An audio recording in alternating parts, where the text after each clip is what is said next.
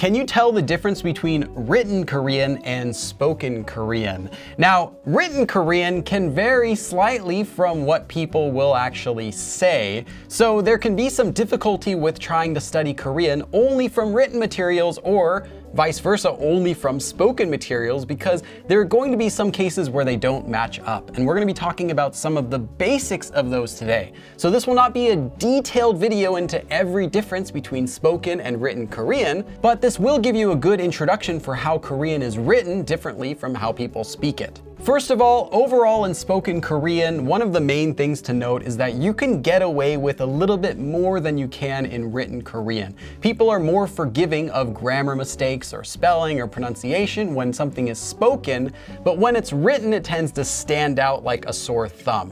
One of the first things you'll find is that spoken Korean typically removes these particles, the topic, subject, and object markers. When speaking, it's common to just remove them as long as their meaning is understood already. But in written Korean, you should use these in order to avoid vagueness. And especially if you're writing something that's for an important purpose, such as an essay for school or maybe a speech, you should always include these.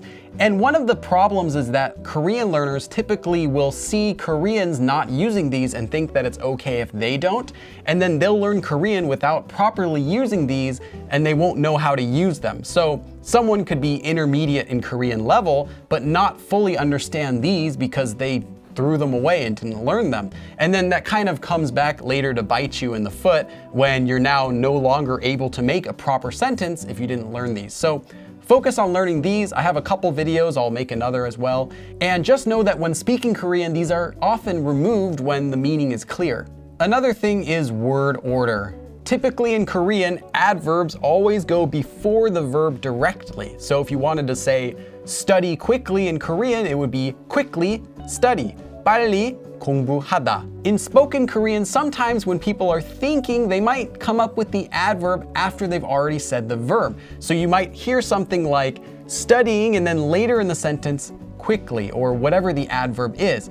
This is not common in writing so much because you can read what you're writing and fix it, but in spoken Korean, you can sometimes hear the word order of a sentence be slightly different, so keep an eye out for that. Another common grammar form is this 가지고, or more shortly, 갖고, which comes after the regular 요 form conjugation of a verb, but without the 요.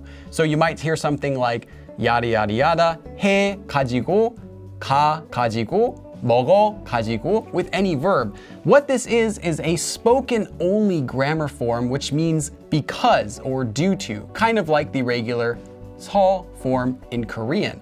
You can write this form and you can see it sometimes in writing, but it's typically just used in spoken Korean as a casual way of saying because. Another thing is sentence connectors. Now, normally sentence connectors like 고요 or 는데요 are used in writing and speaking to connect sentences together, but in spoken Korean, you'll often hear them a little bit more commonly at the end of sentences. Not to say you can't do it in written Korean, but in spoken Korean, these are a little bit more used because of the emotion that they convey. So you'll tend to hear more endings of sentences made out of sentence connectors, but a little bit less in written Korean. And when I say written Korean, I should clarify.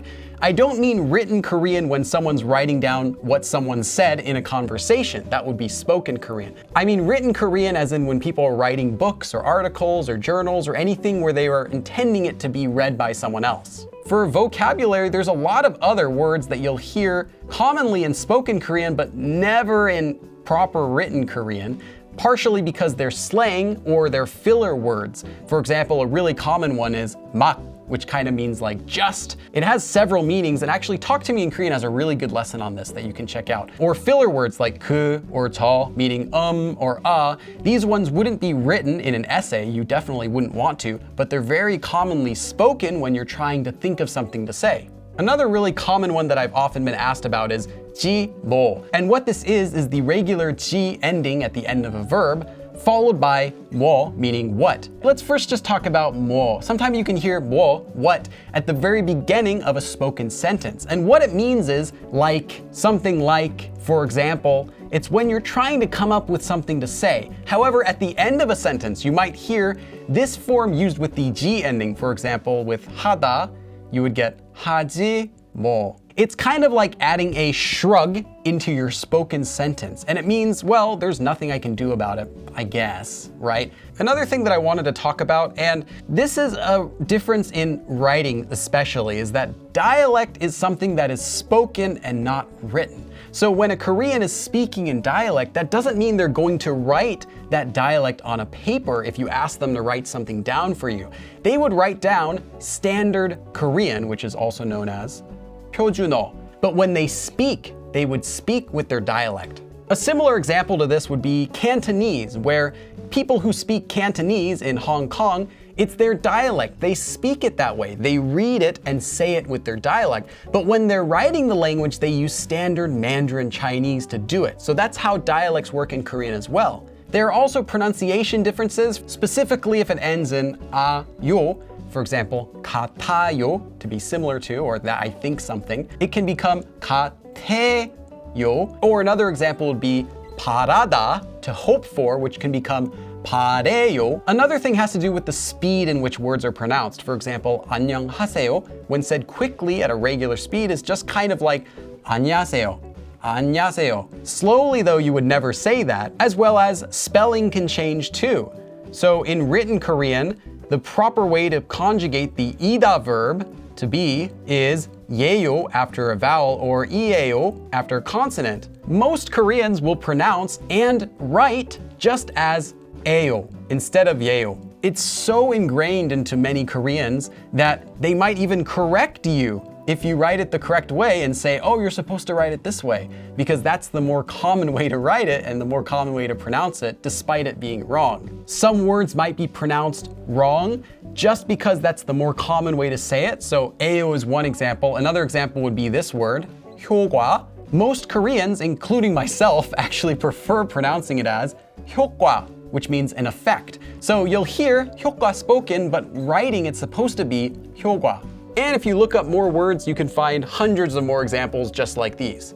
I think I need some more space though. The next type of difference I wanted to talk about is politeness. For example, when you're writing an article or a journal or something that you don't have a specific intended audience for, people will use the plain form in Korean, which is basically just 는, 다 after a consonant, or a nian and ta after a vowel. And there's some other rules for it as well. When speaking, people can use the yo form or the nida form or any other form that they want. In addition, when using the plain form in writing, it's required to be used with na instead of 저, which would be too polite. And another word which you might find in writing but you won't find in speaking these days much is 당신. And you should not use this word to mean you. You shouldn't use it because it can have a lot of negative connotation. It can sound kind of rude, or it's the word that, husband and wife might use to each other for referring to, my dear. This word is still used whenever the party is completely unknown. So if you have no clue who you're referring to, such as an advertisement, like a big poster advertisement, you might still see this word 당신 used, but do not use it in spoken Korean because most of the time, in most situations, this will not be a very polite word. So there are dozens of other differences. This is only meant to be a basic introduction to some of the differences between written and spoken Korean. Do you have any other differences that you've noticed before? Please do let me know in the comments. I'd be curious what you guys know. Thanks for watching. Also, thanks to all of my Patreon supporters and YouTube supporters. 그럼 다음에 또 봐.